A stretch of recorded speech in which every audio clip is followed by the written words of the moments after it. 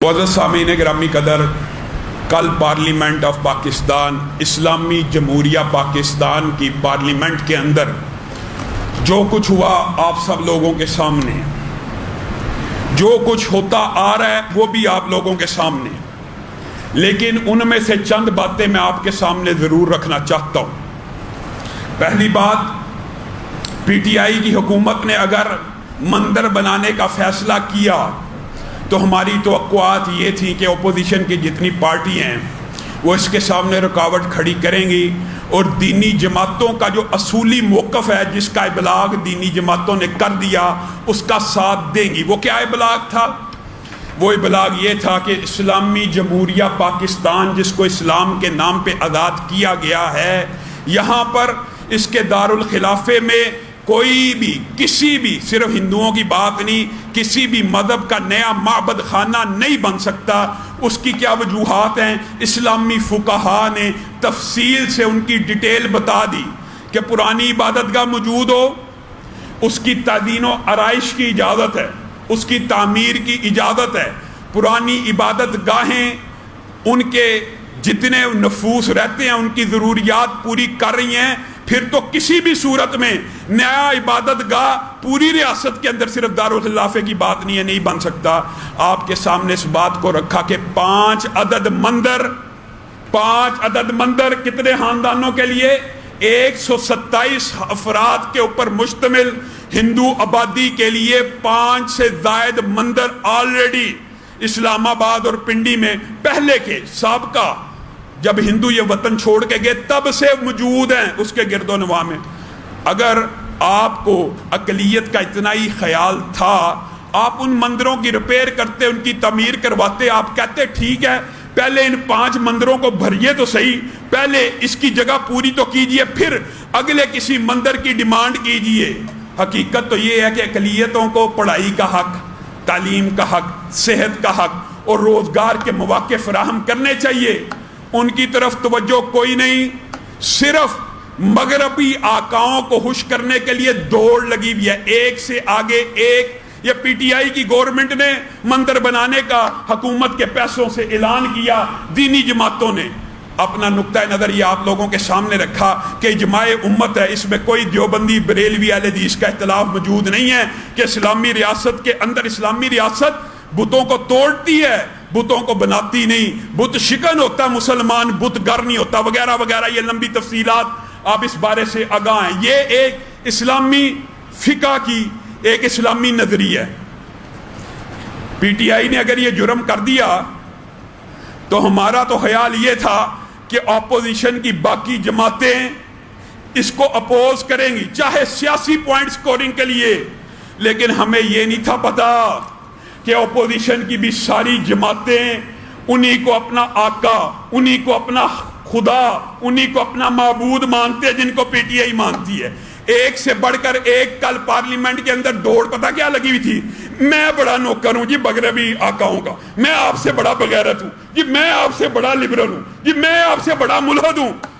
اس بدبخت خواجہ آصف کو، ہمارے اس سے فیملی ریلیشن ہیں، لیکن کیا فیملی ریلیشن یا خاندانی ٹرمز کے لیے اس کی اس بدبختی کا جواب نہ دیا جائے؟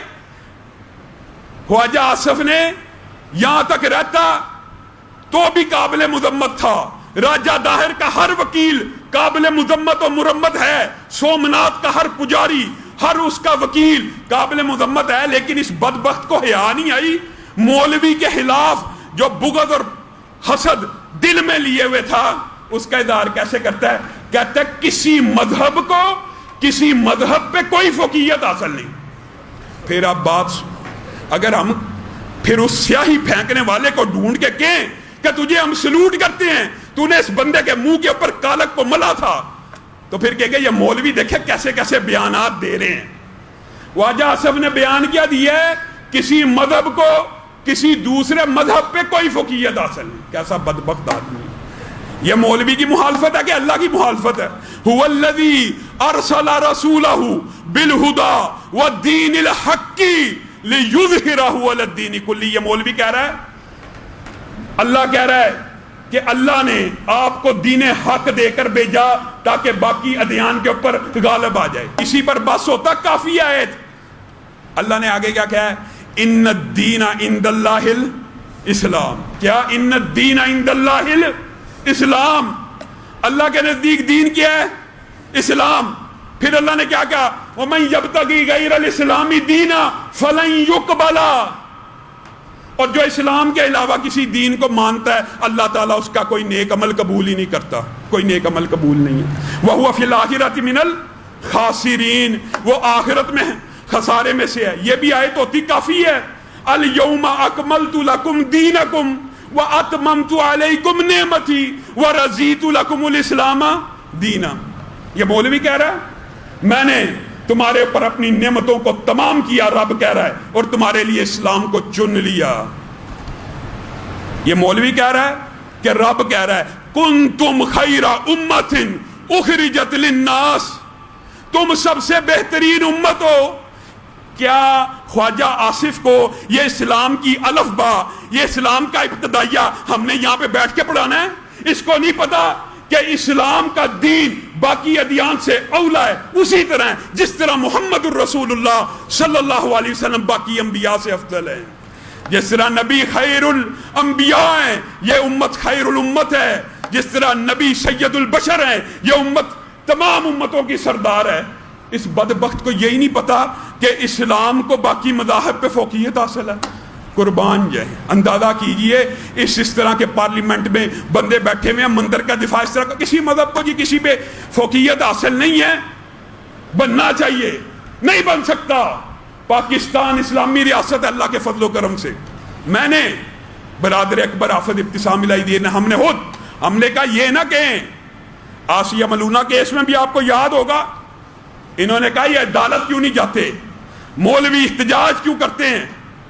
ہم نے کہا تب بھی عدالت میں گئے تھے. ہماری نظر ثانی کی اپیل سنی نہیں گئی. آج بھی قانون کا ہر دروازہ کھٹکانے کے لیے تیار ہیں. اسلام آباد ہائی کورٹ میں اپنے نام کے ساتھ برادر اکبر کے نام کے ساتھ ریٹ کر دی ہوئی ہے. دلائل پیش کر دی ہیں کہ اسلامی ریاست کے اندر مندر بنانے کی اجازت ہو ہی نہیں سکتی. جتنے قوانین ہیں جو اقلیتوں کو عبادت گاہ بنانے کے دیتے ہیں وہ اسلام آباد کے اوپر لاگو نہیں ہوتے. دلیل کے ساتھ عدالت میں آئین اور قانونی اور دستوری جدوجہد بھی جاری رکھیں گے. لیکن اگر آپ یہ سمجھتے ہیں صرف عدالتی قانونی آئینی اور دستوری جدوجہد جاری ہوگی، کل اگر آپ قادیانیوں کو اس پریس کلب کے باہر اس بات کا، کتنے دکھ کی بات ہے، منہ پہ نقاب پہن کے کرونا کی آڑ میں قادیانیوں نے جلوس نکالا ہے لبرل مافیا کے ساتھ مل کے کہ مندر بنے گا. اس سے اینکر نے پوچھا آپ قادیانیوں کو کافر سمجھتے ہیں؟ ویسے قادیانیوں کو بڑا شوق ہے ہمیں اقلیت مان لیا جائے. وہ جلوس نکالنے والا اور نکالنے والی صاف ظاہر ہو گیا ان کا تعلق کس مذہب سے.